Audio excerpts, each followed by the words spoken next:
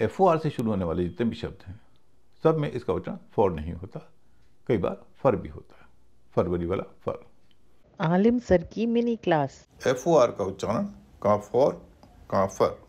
नमस्कार, आलिम सर की मिनी क्लास 78 में आपका स्वागत है।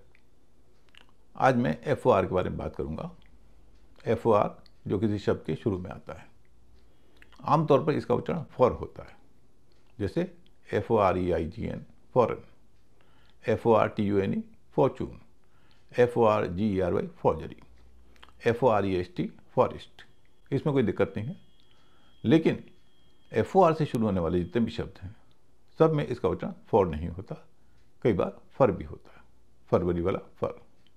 जैसे FORGET, इसे लोग फॉरगेट करते हैं, इसका सही उच्चारण है फॉरगेट, या आर का उच्चारण न करता फॉरगेट। इसी तरह FORBID मना करना, फॉरबिड नहीं होगा, फॉरबिड या फॉरबिड।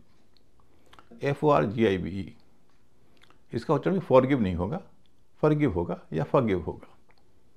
लेकिन आपको ये सारे शब्द याद रखने की जरूरत नहीं है। एक सिंपल सा नियम याद रखेंगे तो आप आसानी से अनुमान लगा पाएंगे कि किस शब्द में उच्चारण होगा फॉर, किस शब्द में उच्चारण होगा फर।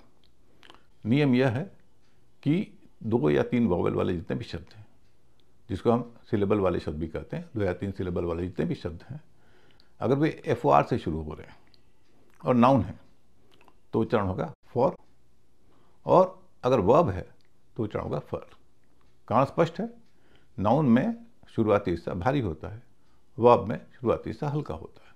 हल्का का मतलब अ, छोटी ई, छोटा ऊ, और भारी का मतलब आ, ओ, ए, ई इत्यादि।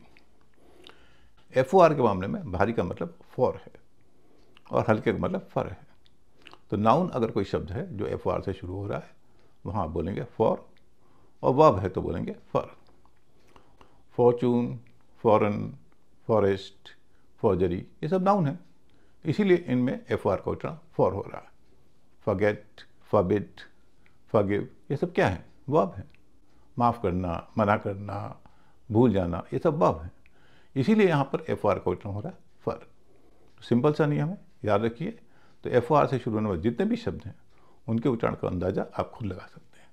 और मेरी कोशिश यही है, मैं शब्दों के उच्चारण न बताऊँ, साथ में नियम भी बताऊँ, ताकि एक साथ आप कई शब्दों के उच्चारण जान सकें। आज के लिए इतना ही, फिर मिलेंगे किसी नए शब्द के साथ। नमस्कार।